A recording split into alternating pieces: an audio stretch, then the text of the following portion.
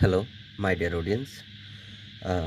আজকে চিকিৎসা বিজ্ঞান সম্পর্কিত আবিষ্কারক ও আবিষ্কার সম্পর্কে একটু দেখাবো। তো আবিষ্কারক যারা এই বিষয়টি আবিষ্কার করেছে আর কি আবিষ্কার করেছে সেই বিষয়টি ডান পাশে লেখা আছে, বাম পাশে আবিষ্কারকের নাম লেখা আছে।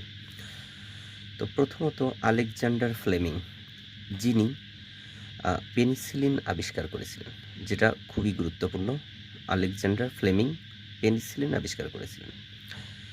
চার্ল আই ইকলুজ ভাইরাস আবিষ্কার করেছিলেন। চার্ল আই ইকলুজ ভাইরাস আবিষ্কার করেছিলেন। Number 3, Leeuwen hook. Leeuwen hook Leeuwen hook তিনি ব্যাকটেরিয়া আবিষ্কার করেছিলেন। তিনি ব্যাকটেরিয়া আবিষ্কার করেছিলেন। এনভারাস এবং জন পিবলস হামেরটিকা আবিষ্কার করেছিলেন। এনভারাস এবং জন পিবলস হামেরটিকা আবিষ্কার করেছিলেন। জেনার জেনার আবিষ্কার করেন বসন্ত টিকা। জোনাস ইস্যাক পোলিও টিকা আবিষ্কার করেছিলেন। জোনাস ইস্যাক পোলিও টিকা। ল্যাভেরন ল্যাভেরন আবিষ্কার করেছিলেন ম্যালেরিয়া জীবাণু। ল্যাভেরন ম্যালেরিয়া জীবাণু। রবার্ট কচ যক্ষার জীবাণু আবিষ্কার করেছিলেন।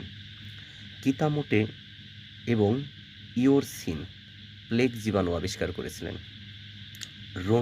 রন্টজেন এক্স রে আবিষ্কার করেছিলেন। রন্টজেন এক্স রে।